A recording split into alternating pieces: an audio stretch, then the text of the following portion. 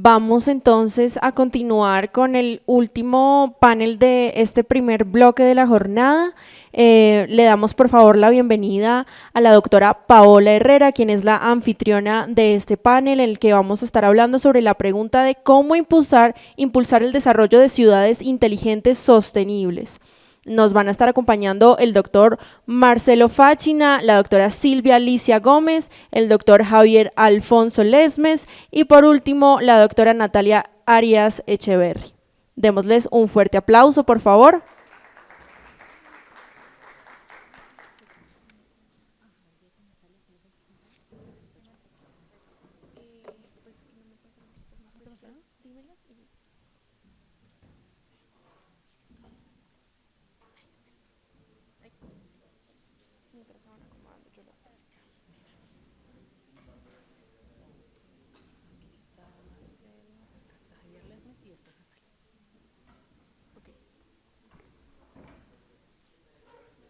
Bien, contamos aquí con la presencia del doctor Javier Lesmes. Él es economista de la Universidad de Los Llanos, magíster en Economía y magíster en Inteligencia Analítica para la toma de decisiones de la Universidad de los Andes.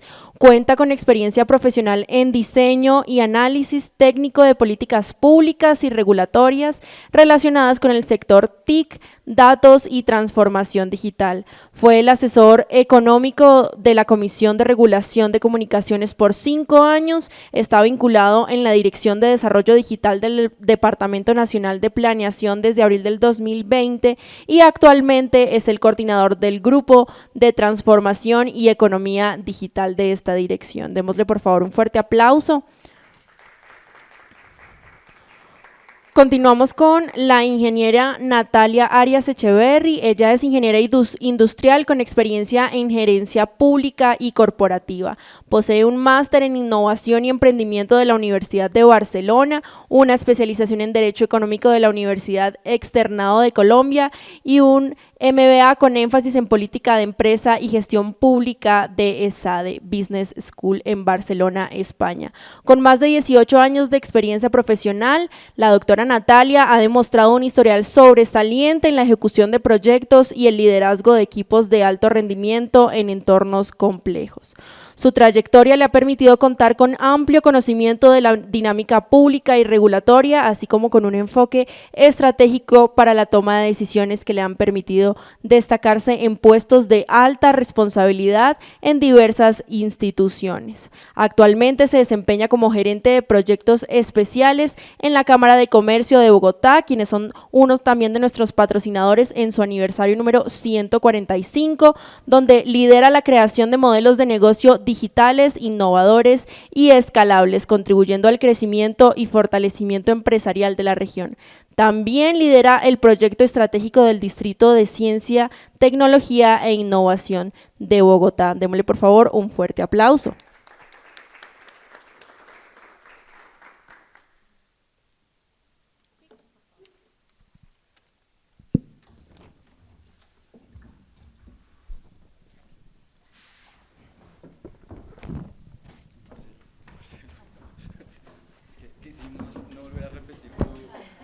Su grandioso perfil. Bueno, buenas tardes para todos. Yo sé que esta es una hora complicada, ya finalizando mañana. Les prometo que va a ser bien dinámico, interesante. Tenemos un panel con actores diferentes. Tenemos a Silvia, que es una experta internacional, a Natalia, que está trabajando desde la Cámara de Comercio de Bogotá, Marcelo, que hace parte de la banca internacional, y Javier, que nos representa desde el gobierno nacional. Mi nombre es Paola Herrera, como ya lo mencionó hace un rato nuestra presentadora. Primero, bueno, muchas gracias por su paciencia, por el tiempo, y vamos a dar inicio. En esta primera, digamos, vamos a tener varias rondas y al final tenemos espacio y quieren, digamos, complementar con alguna pregunta, pues también bienvenido. Vamos a iniciar con una pregunta, o digamos para que ustedes cada uno desde su perspectiva, que es muy diferente porque tenemos justamente la idea de este panel es que fuera un poco diverso en los participantes, que habláramos cuál es la principal característica de una ciudad inteligente. El que quiera empezar. pues. Tenemos un tema de los tiempos para que no se nos vaya muy allá. La idea es que en este caso tengamos 2-3 minutos para esta pregunta para cada uno de ustedes. Por allá, acá tenemos otro micrófono.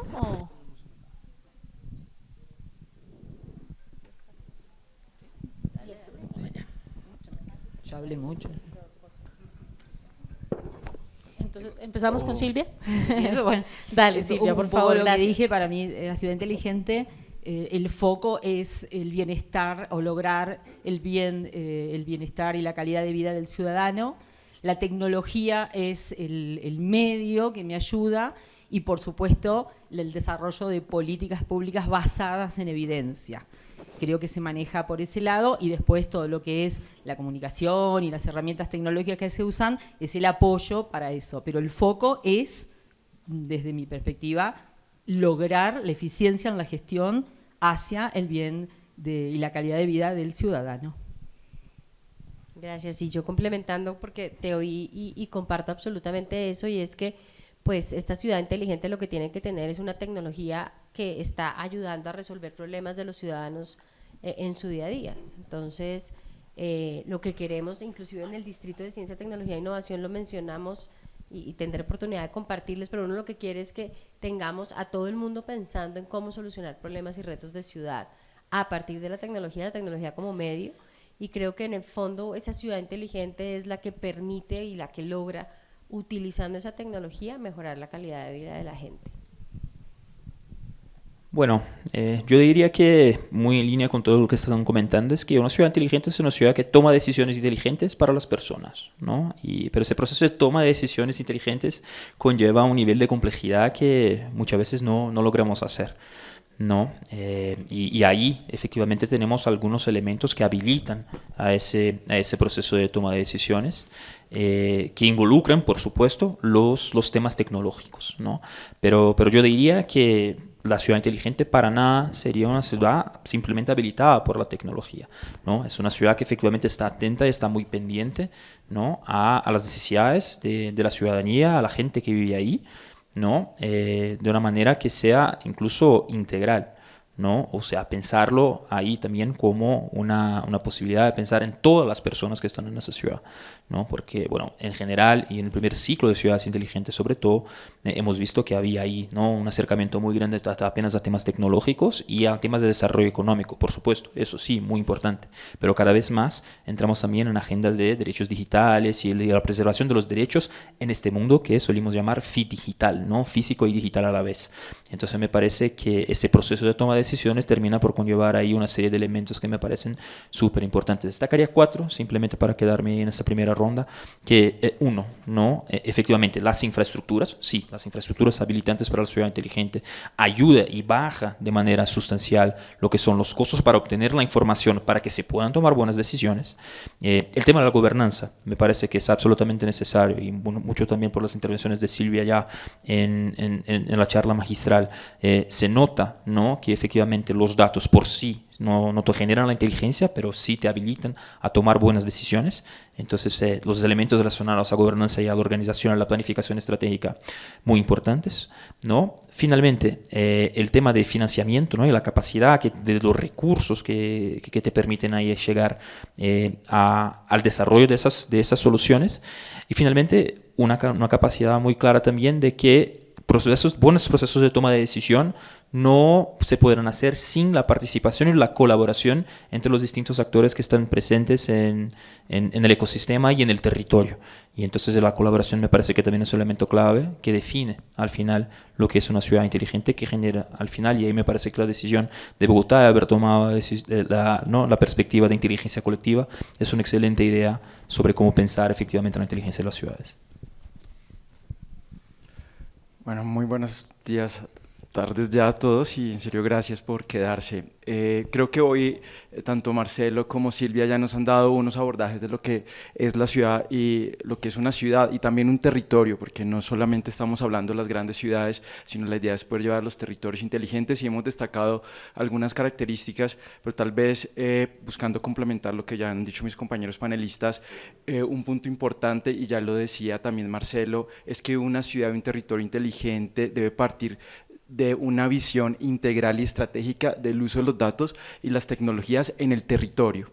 Es decir, que esto debe partir de una visión mucho más general que de pronto querer usar un proyecto para algo específico, sino esto debe responder a un propósito más general, a un propósito que responda a estas necesidades de los territorios, y en ese sentido, y algo que desde el Departamento Nacional de Planeación nosotros hemos venido impulsando, es que para lograr esto, y tú también ya lo mencionabas, Marcelo, es que los proyectos o las iniciativas de ciudades y territorios inteligentes deben estar incorporados en los instrumentos de planeación que tenemos en los territorios, llámense los planes locales territoriales, llámese el plan de ordenamiento territorial, porque en la medida que nosotros tenemos estas iniciativas en estos planes, vamos a poder lograr llevarlos a cabo, vamos a poder lograr recursos y vamos a poder así lograr al final del día tener unas ciudades transformadas que podamos llamar inteligentes. Entonces, tal vez para hacer eco, Paola, o hacer zoom, una ciudad y territorio inteligente debe tener una visión integral de los datos y las tecnologías digitales e incorporarlos en sus instrumentos de gestión y planificación territorial. Súper. Bueno, por eso digamos, la importancia de tener diferentes actores, porque cada uno pues desde su experticia nos da y nos aporta a este concepto de las características de una ciudad inteligente. Hay muchas cosas por resaltar. Yo creo que, digamos, para hacer un resumen de esta primera ronda y estar todos, digamos, como bajo la misma sombrilla en el concepto que manejamos como esa principal característica de las ciudades inteligentes, hablamos del foco en el ciudadano, de la visión integral, de la toma de decisiones, que me parece súper importante también, porque a veces nos quedamos como ir hacia el ciudadano y tenemos la tecnología y es transversal y no lo más importante, pero no tomamos decisiones. Entonces, muy interesante, digamos, como entender este concepto desde esas diferentes perspectivas. Bueno, ahora, esta pregunta te la voy a hacer a ti, Javier, primero, ya que empezamos por este lado. Desde el Gobierno Nacional y en este caso el Departamento Nacional de Planeación, en el que estás, pues, nos representas en este espacio, y dentro de las políticas públicas que hay, dentro de las recomendaciones, ¿cuál sería, y me apoyo acá en mis celulares porque estoy teniendo aquí las preguntas? Muy digital tú. Sí. ¿Cuál consideras, consideras que en Colombia está preparado, en general Colombia, no hablamos de Bogotá, de Medellín, que son las principales, pero en general Colombia estaría preparado para hablar que existe realmente un desarrollo de ciudades inteligentes sostenibles? Bueno, digamos que debemos decir que es una pregunta. No, yo sé, es dura, es dura, pero igual pero hay que hacerla, nosotros hay que debemos reconocer tanto los avances como las tareas pendientes, porque si no, no vamos a mejorar. En Colombia, ciudades y territorios inteligentes sigue siendo una tarea pendiente para nuestro país. Hemos avanzado en políticas públicas que las promueven y tenemos avances importantes, principalmente en las ciudades grandes. Por ejemplo, Bogotá, Medellín. Bogotá se destaca porque ya tenemos una política de territorio inteligente. Eso es bastante importante destacar, pero todavía en los territorios, y por eso te hablaba ahorita de los territorios, Paula, aún tenemos una tarea pendiente allí. Nosotros desde el Departamento Nacional de Planeación hemos venido analizando cuáles son esos elementos que nos ayudan a impulsar o a desarrollar las ciudades y los territorios inteligentes, y creo que ya estamos muy alineados con lo que la CAF ha venido trabajando, porque nosotros hemos reconocido cuatro digamos que condiciones habilitantes que son importantes para poder impulsar o desarrollar una ciudad y un territorio inteligente. Primero está, y aquí voy a estar repitiendo un poco lo que dijo Marcelo, pero rápidamente, el tema de infraestructura tecnológica, y esto lo entendemos o hacemos referencia a todo el acceso y uso de las tecnologías de la información y las comunicaciones, que esté, no solo que esté disponible, sino que sea asequible y que tenga una buena calidad, pero también el tema de gobernanza, y ya lo veíamos un poco acá, donde tal vez solo quiero enfatizar que es muy importante el papel que juega los gobiernos locales, o sea, los alcaldes, los gobernadores, porque ellos al final del día están impulsando la política pública de los territorios, y ahí lo que podamos avanzar en la política de gobierno digital es importante. Otro tema es como que, digamos que aquí lo llamamos nosotros como comunidad inteligente, qué tan preparada están las personas en los territorios para poder utilizar las TIC, pero también para desarrollar todos esos proyectos que estaba diciendo Silvia que necesitamos hacer en las entidades públicas. Y finalmente algo importante es qué tan innovador es nuestra economía y qué tan desarrollado está el ecosistema digital o el ecosistema de innovación en los territorios. Unas cifras que tenemos para poder presentar el panorama a través de estos 4 elementos que tenemos en el país y que tal vez es más fuerte en los territorios es: primero, nosotros tenemos un reto importante en conectividad. Todos, digamos, los que estamos en Colombia, sabemos que el 40% de los hogares a nivel nacional no tienen acceso a internet, pero esta cifra en los territorios asciende a casi el 70%, 71%, entonces acceso a internet sigue siendo un reto en el país. Gobierno digital, tenemos una política y hemos venido avanzando a nivel nacional. Digamos que las entidades del gobierno nacional se destacan, de un puntaje de 100 puntos, 85 tienen las entidades del gobierno nacional, pero cuando vamos a los territorios, y no importa si son ciudades grandes o pequeñas, este puntaje no supera los 55 puntos, y digamos que tenemos un importante reto en la brecha de talento digital, por ejemplo. Entonces, ahí tenemos que decir que no estamos preparados, y quiero decir algo adicional, y es un ejercicio que estamos haciendo que hicimos en el DNP, y analizamos qué tanto tenemos involucrado en los planes locales territoriales temas digitales.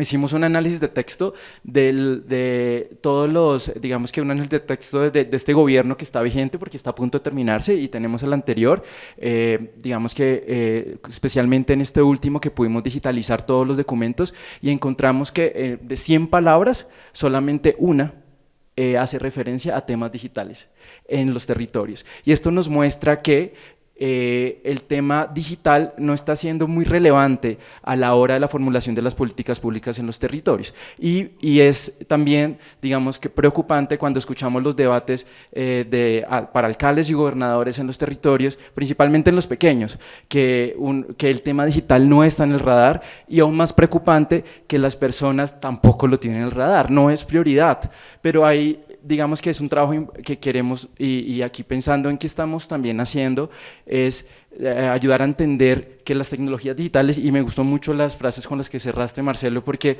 entender que los desafíos que tenemos en los territorios, sea educación, sea salud, sea transporte, también puede ser ayudado a través de las tecnologías digitales. No es que lo digital venga después, no es que ahora, como ya estoy bien, ahora sí miremos qué hacemos de digital. No, lo digital es para ayudar a resolver esos retos, y por eso, digamos que desde nuestra entidad y en articulación con Mintic y otras entidades relacionadas con los temas digitales, estamos trabajando en poder ayudar a concientizar a los territorios de la importancia de estos temas, y por eso estamos en una estrategia que llamamos Juntos por el Territorio, planteando lineamientos de formulación de política pública para los nuevos gobernantes, de tal forma que cuando estén formulándose los planes de desarrollo tengan el radar que pueden plantearse iniciativas relacionadas con el uso de datos y tecnologías digitales, y acompañado con otros documentos, por ejemplo, tú lo decías, y generar conocimiento, y en estos temas es importante para que los territorios entiendan, y sobre todo, y hablamos no solamente de los alcaldes y gobernadores, sino los actores privados, porque también se vuelve un elemento importante, un agente importante para poder impulsar esto, que sepan qué podemos hacer con estas tecnologías y qué por ellos podemos desarrollar, cómo financiarlos y cómo implementarlos. Esto es, muchas gracias. Súper, maravilloso, ¿no? Mucha información, y que realmente, pues, es el principio de todo este proceso de transformación. Bueno, voy a dar la palabra ahora a la parte femenina de este panel. Si quieres, empiezo contigo, Natalia. Bueno, Bogotá obviamente es la capital de Colombia, es también ya un distrito de ciencia, tecnología e innovación, entonces es, digamos, mucho más grande, es ejemplarizante respecto a otros territorios y a otras ciudades, que es lo que mencionamos hace un rato, en ese camino que se requiere para que no sean solo las grandes ciudades en Colombia y pues en general, sino que acompañe también pues todo el tema de los territorios cercanos. ¿Cómo ven ustedes desde el distrito, digamos desde ese concepto de distrito de Bogotá siendo un distrito de ciencia, tecnología e innovación, un hub, digamos, tecnológico a nivel Latinoamérica, cómo ven que se puede llevar a otros territorios, cómo se traslada a los territorios esas iniciativas desde Bogotá? Bueno, Paula, mil gracias. yo creo que si bien es cierto, tenemos ideas de movernos hacia un distrito de ciencia, tecnología e innovación, todavía no lo somos. O sea, inclusive nosotros tenemos todavía retos como ciudad. El proyecto que estamos, digamos, liderando es un proyecto que parte del trabajo conjunto entre el sector público y el sector privado, que creo que es esencial para que realmente logremos tener territorios inteligentes en general, el trabajar de la mano. Y comienza con un edificio sede, digamos, una primer ancla muy cerca de acá, donde esperamos tener un punto de encuentro entre empresas y sus centros de innovación, con emprendedores, con universidades y con todo el ecosistema, digamos, que les presta servicios, para que a través de un punto de encuentro, como digo, se logre un concepto como de colisión creativa, o sea, que nos encontremos todos y que de manera conjunta pensemos de manera constante en cómo solucionar problemas, retos de ciudad, pero no solo de ciudad, sino que logremos tener innovación, que la ciencia y la tecnología tengan un propósito, y ese propósito es tener productos y servicios en el mercado. Cuando digo en el mercado, es que le están resolviendo problemas a la ciudadanía en general, a la persona de a pie. Entonces, ese distrito de innovación, que parece y suena fácil montar un edificio, la verdad es que no, porque es un edificio que va más allá de ser un edificio de oficinas. Es un edificio que debe tener como primera parte, digamos, unos incentivos y unos servicios que hagan que la gente quiera estar ahí y que logre generar una cultura de cooperación que nos permita como ciudad y como región, porque en este distrito primero está incluida todo el, pues digamos, Cundinamarca y sus municipios, y que entonces logremos articular el ecosistema de Bogotá con el ecosistema de la región y que haya, digamos, complementariedades entre unos y otros. Y cuando digo que sea un punto de encuentro, quiere decir que vamos a tener el Regiotram muy de la mano, muy cerca, que la gente pueda llegar acá y que sea un lugar donde la gente verdaderamente viene, y digo yo parcha, pero pues porque les parece interesante estar pensando en temas de tecnología, de innovación, de manera constante. Tiene un gran reto, que es acercar la academia, porque para que realmente podamos tener nuevo conocimiento, la academia tiene que estar absolutamente involucrada en ese proceso, y no ellos con, digamos, muchas veces pasan, ¿no?, los laboratorios de las universidades pensando, sacando patentes, cosas muy interesantes, pero que después no tienen una relación con lo que necesitamos en el día a día, no resuelven problemas constantes.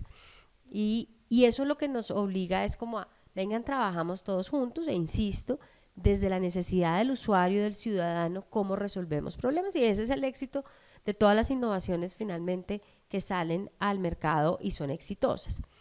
Entonces, nosotros hemos puesto en marcha, estamos cerrando la factibilidad del proyecto y creo que están dadas todas las condiciones para que en 2 años y medio, 3 años tengamos ese primer nuevo edificio, son 40.000 metros cuadrados. De ahí en adelante, en el mismo lote podría haber otros 2 edificios de otros 2 40.000, digamos, para llegar a cerrar en 120.000. Pero lo más interesante es que esto está articulado con un master plan para una zona de 247 hectáreas, que es el área de desarrollo naranja de ciencia, tecnología e innovación de la ciudad, que en últimas, de alguna manera, junta y une, y es lo que pretendemos, juntar la antigua zona industrial de Bogotá, muy acá, cerca, ¿correcto?, con todo lo que es el gran desarrollo que se da alrededor de la 26 y llevarlo hasta la cuna, digamos, del conocimiento que tenemos en la Universidad Nacional en Bogotá y en el país. Entonces tiene que darnos una movilidad y generar, y ahí acá tenemos 7 subáreas o subsectores, podríamos decir, subdistritos, que cada uno tiene unas vocaciones pues que están muy alineadas con la vocación de servicios de Bogotá, pero que eso, y ya voy a llegar a responder tu pregunta, en este caso, pues se adapta a las necesidades de Bogotá, que tiene que ver con temas de salud, que tiene que ver con temas agroindustriales, que tiene que ver con diferentes, digamos, elementos muy de vocación Bogotá región, pero que en otras ciudades del país sin duda se puede adaptar a las necesidades, y pues Bogotá, en este caso Medellín, es mucho más industrial y tiene como una naturaleza y unas características allá. Lograr trabajar de manera conjunta entre el sector privado y el sector público no es fácil, y mucho menos cuando nos ponemos de manera conjunta a hacer un edificio. Y eso que parece fácil, no es fácil. No es fácil. Usualmente nosotros hacemos, y tampoco es una APP, no es en estricto sentido APP. Entonces, pues aquí hay como un modelo híbrido, que el primero que realmente inspiró ese tipo de modelo es Ágora, que ya es exitoso, que ya funciona, que digamos ha logrado tener a Fontur, en este caso la Cámara de Comercio de Bogotá y Corferias trabajando de la mano, pero que en el caso nuestro, me refiero distrito, primer edificio, probablemente vamos a tener Cámara de Comercio, es un lote de Corferias, tendremos a la Secretaría de Desarrollo Económico, tendremos a las cajas de compensación, tendremos al SENA como dueños de esos edificios a futuro. Y eso se hace a través de un patrimonio autónomo. Y todo este cuento para decirles, estamos en Bogotá muy cerca, este sería un segundo modelo similar a este, que le permite a uno entregarle a la ciudad una infraestructura que está al servicio de la ciudad, porque este no es un edificio de oficinas, es un edificio de servicios para emprendedores, empresarios, universidades, y que debemos estar todos juntos. Tenemos el gran reto que es espacio, que es el de verdad de los retos en estos centros de innovación, que hay muchos en el mundo, unos más exitosos que otros, que sea un espacio vivo y lleno, constantemente, que esté lleno, pero no solamente lleno, sino vivo, que tenga vida, y que esa vida nos permita que esto no sea un centro comercial, que maravilloso que lo sea, pero que sea en realidad una fábrica de nuevo conocimiento, y es allá hacia donde nos tenemos que mover.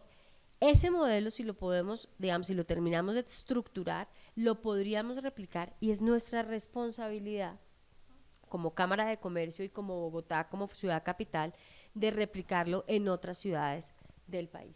Y esto nos permite saber cómo el sector público, bien sea territorial o del orden nacional o inclusive el departamental, porque también está previsto que la gobernación entre, y muy seguramente el sector, digamos, inversiones de regalías, que es una oportunidad para, y con esa visión de que macroproyectos en ciencia, tecnología e innovación, ese fondo global, que pues digamos nacional ya, que no está compartimentalizado, pues podamos todos ir, digamos, aplicando para que sea una fuente más, para tener espacios, esos espacios de colisión creativa que nos permitan tener fábricas de conocimiento articulada con colaboración entre todas, los diferentes públicos y privados, y la academia y el ciudadano del común participando de cara a tener nuevas, digamos, innovaciones y nuevos productos y nuevo conocimiento en cada una de las ciudades y regiones en las que estamos.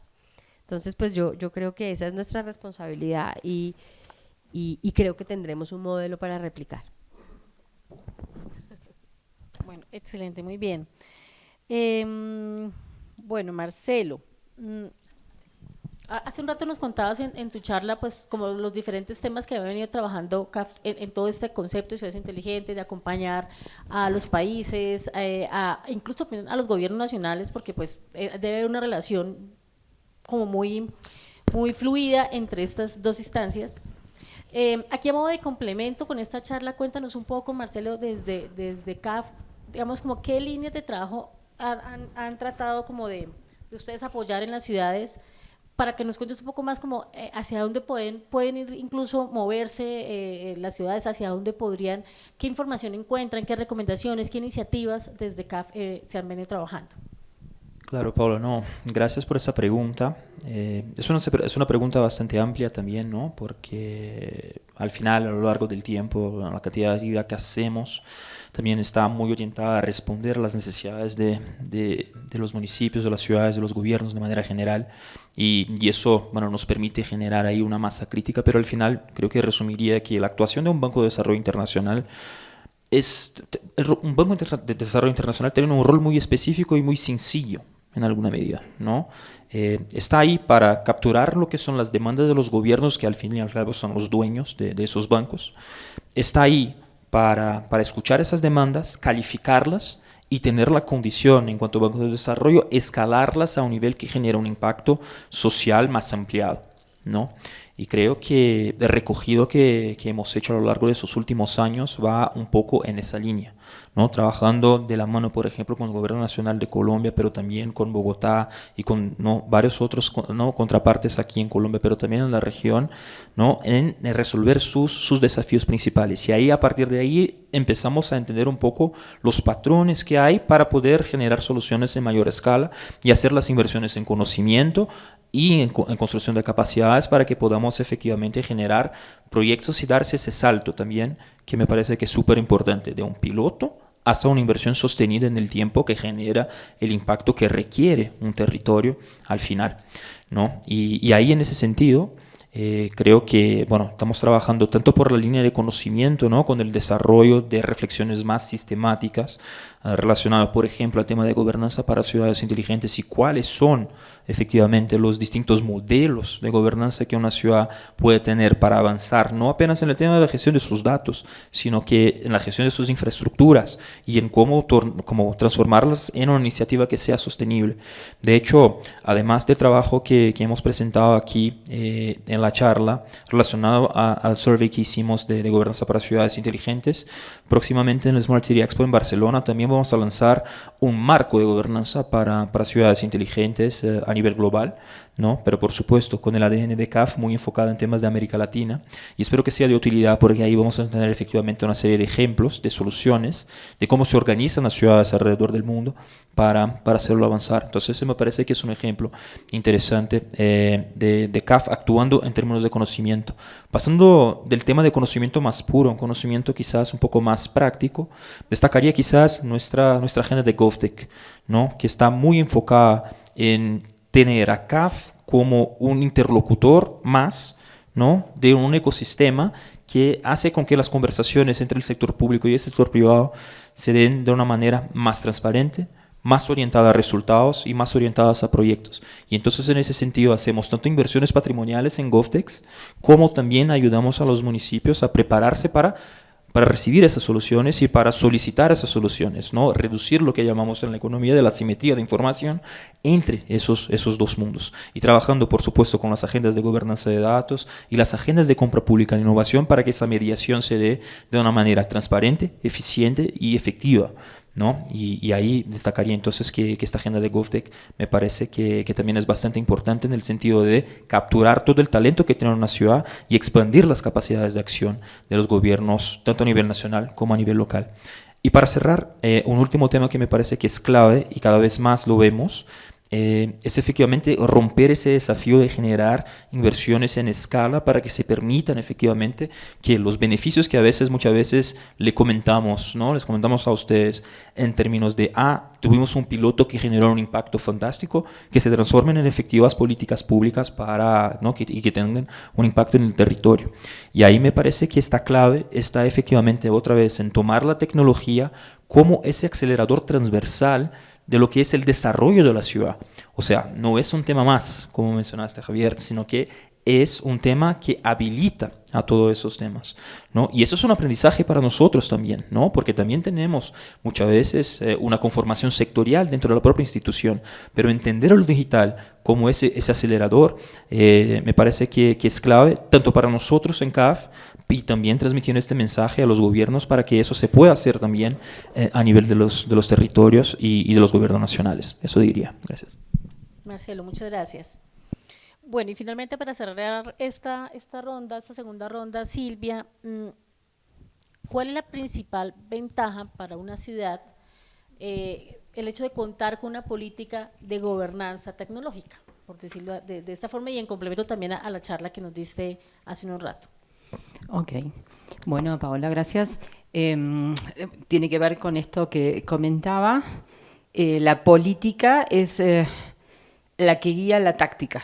Está bien, es decir, tiene que existir la estrategia previamente, pero si no hay una política que guíe los procesos, empiezan a haber como opciones aisladas y como que cada sector busca su solución y podemos caer inclusive en la carencia de políticas con hasta contradicciones, ¿no? O sea, procesos que son, digamos, que se contraponen porque cada uno buscó resolver de alguna forma. La política es la rectora, es la guía para que lo que se haga en el nivel de la implementación responda a una estrategia, obviamente. Pero bueno, un poco tiene que ver con eso, la carencia puede llevar a eso. Y esas políticas tecnológicas, como también responden a visiones más amplias, tal vez guían en un área de tecnología a elementos fundamentales como la digitalización, que tiene que estar presente, la interoperabilidad de datos, para que el afluente sea mayor. Ayer estuve en una charla donde justamente se hablaba en salud, la importancia de interoperar datos entre clínicas, entre prestadores, y no son solo mis datos, yo cruzo y tengo estadísticas y tengo modelos inteligentes y predictivos para detectar patrones de potenciales enfermedades antes de que aparezcan. Y eso sin interoperabilidad de datos no lo podría lograr. Así que bueno, creo que esa es la importancia de tener políticas que guíen ese tipo de procedimientos. Y clave cuando hablamos de ciudades inteligentes sostenibles, porque no es, digamos, un ejercicio aislado que hacemos en este gobierno y ya miraremos qué pasa en el siguiente. Es, digamos, parte del ejercicio de sostenibilidad también va en ese poder traspasar de un gobierno a otro. Ahorita ya, digamos, en términos más generales y pensando como en esas recomendaciones para las ciudades, voy a empezar contigo de nuevo. Javier, ¿cuáles serían esas, digamos, 3 consideraciones, solo 3 recomendaciones para hablar de ciudades inteligentes sostenibles? Así, concretas. Concretas. Y de pronto va a ser reiterativo, pero creo que el primero, vincular las iniciativas y proyectos en la visión del territorio y desde ahí incorporarlas en los instrumentos de planeación territorial, tanto los de mediano plazo como los planes de desarrollo, como los de más largo plazo, que los planes de ordenamiento territorial. Eso es lo primero. Segundo, un tema de gobernanza, y este tema de gobernanza, yo quiero destacar ese tema de articulación, mis compañeros de panel lo han explicado muy bien, y es poder involucrar otros actores, porque tú también lo decías, puedo que el alcalde de turno le parezca chévere algo, pero luego entonces se va y ¿qué pasó? Entonces desde ahí la sociedad civil, la academia y el sector privado son unos actores súper relevantes para poder asegurar que las iniciativas que se estén desarrollando sean sostenibles, sean escalables, ¿sí? Porque al final del día, si a los ciudadanos les pareció bien una iniciativa que se desarrolló porque les respondía a sus necesidades, ellos van a seguir pidiéndola y ya el alcalde, gobernador va a decir, no puedo desmontarla, me voy a tener que seguir acá y antes voy a tener que destinar recursos para poder fortalecer la infraestructura. Y uno tercero es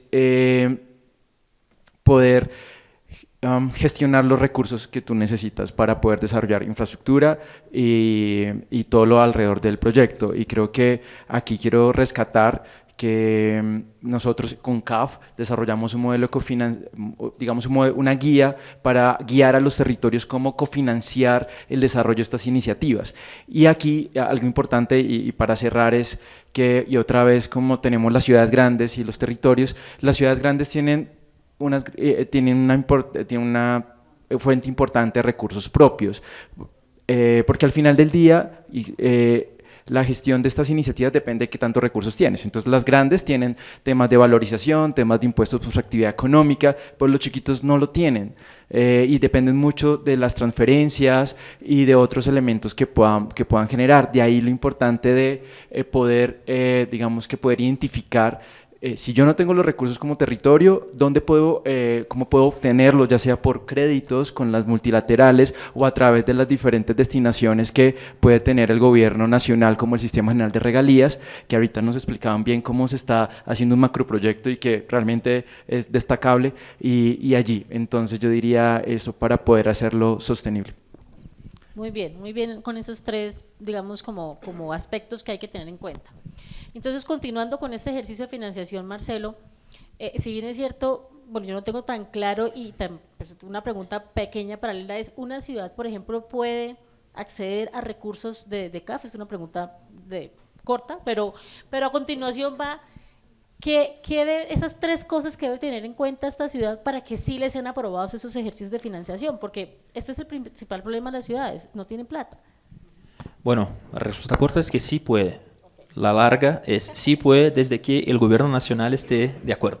¿Ok? Y entonces eso varía de país a país y ahí los diferentes regímenes hacen con que las circunstancias y las condiciones de ese acceso se den de maneras distintas. A veces es posible que el gobierno nacional tome un préstamo, por ejemplo, y lo traslade a los gobiernos subnacionales. A veces el gobierno nacional simplemente otorga la garantía a esos gobiernos subnacionales y ahí lo acceden directamente. A veces los gobiernos nacionales dicen simplemente que eso no es una prioridad para el gobierno nacional, luego los gobiernos subnacionales no pueden acceder a esos recursos, pero sí pueden acceder a una relación con CAF a través de cooperaciones técnicas, por ejemplo. O sea, ahí tenemos condiciones de interactuar con los distintos niveles de gobierno en todos los países en que actuamos.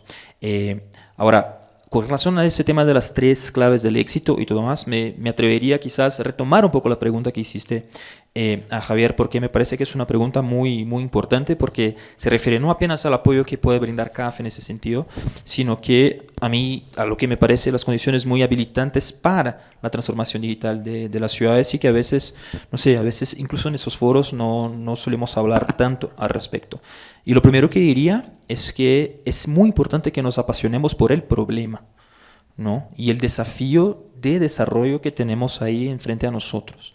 Porque claro, aquí tenemos, bueno, una serie de soluciones tecnológicas ahí presentadas, ¿no? Una serie de alternativas y ejemplos que podemos dar del uso de la tecnología para la mejora de la calidad de vida de la gente y todo, pero en verdad eso solo se hace porque hay efectivamente una pasión para entender ese problema de una manera profunda. Y ahí la calidad de los diagnósticos pueden habilitar entonces a una ciudad a plantear ahí una relación de más largo aliento con CAF en ese sentido. Entonces me parece que ese es un elemento muy clave.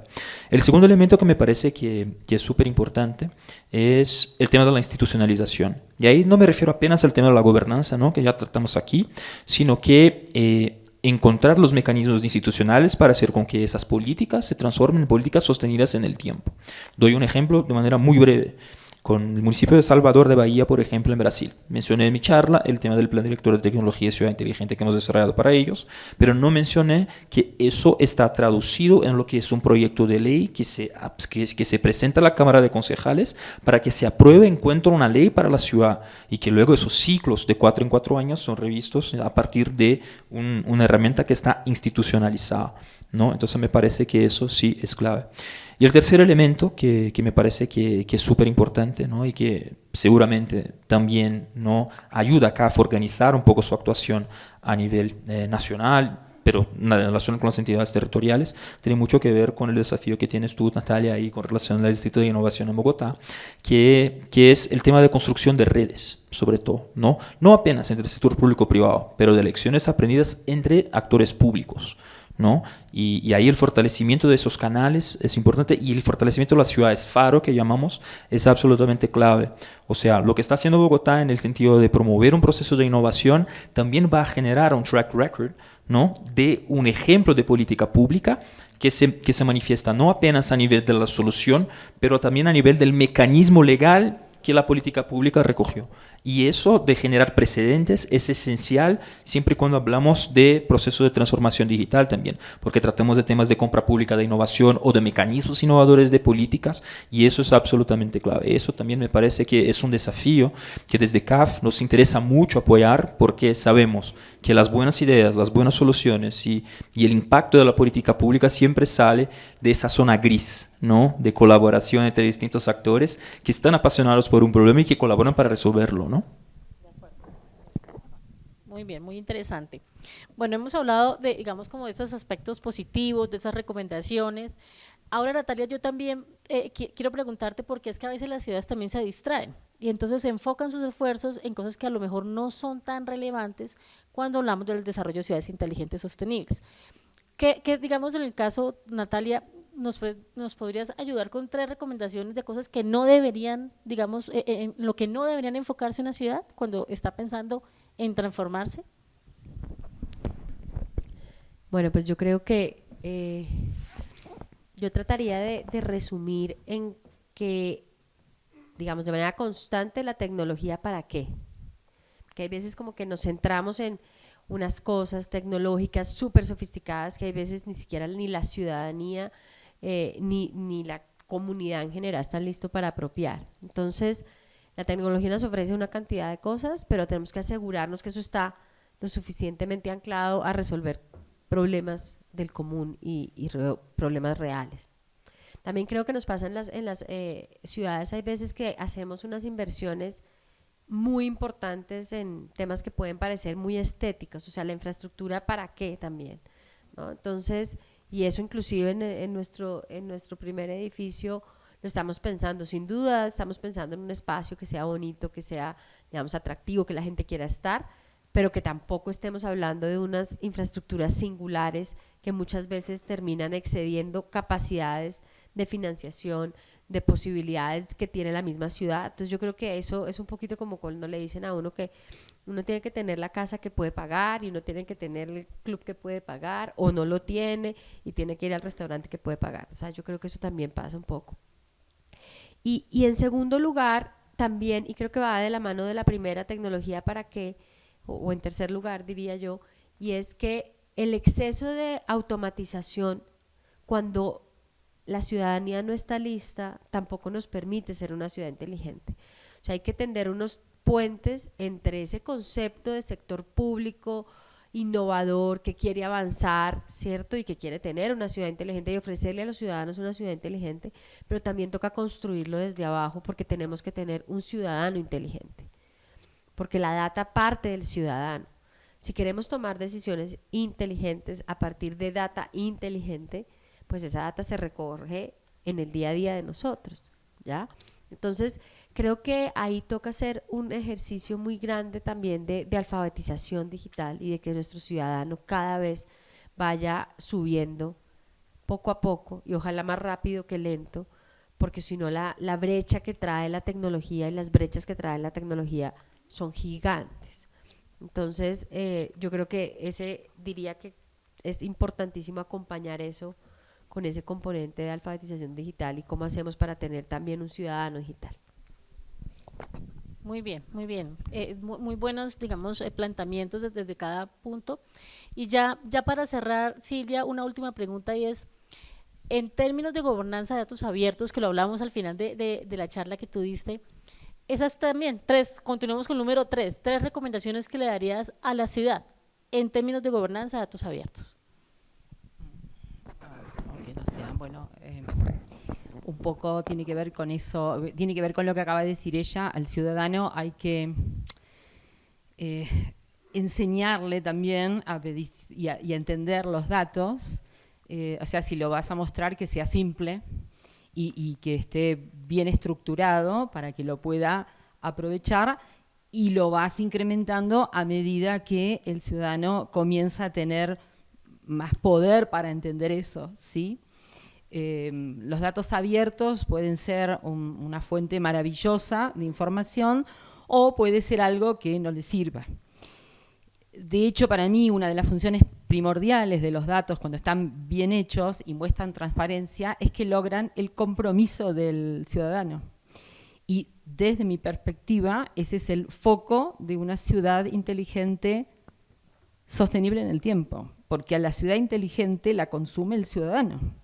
Entonces, si tengo muchas políticas y tengo zonas verdes y tengo un montón de una gestión de reciclaje maravillosa y el ciudadano no está comprometido, no está muy seguro, no entiende muy bien lo que le estoy ofreciendo, no hay nada que hacer, tal cual, porque no lo hace y lo perdí.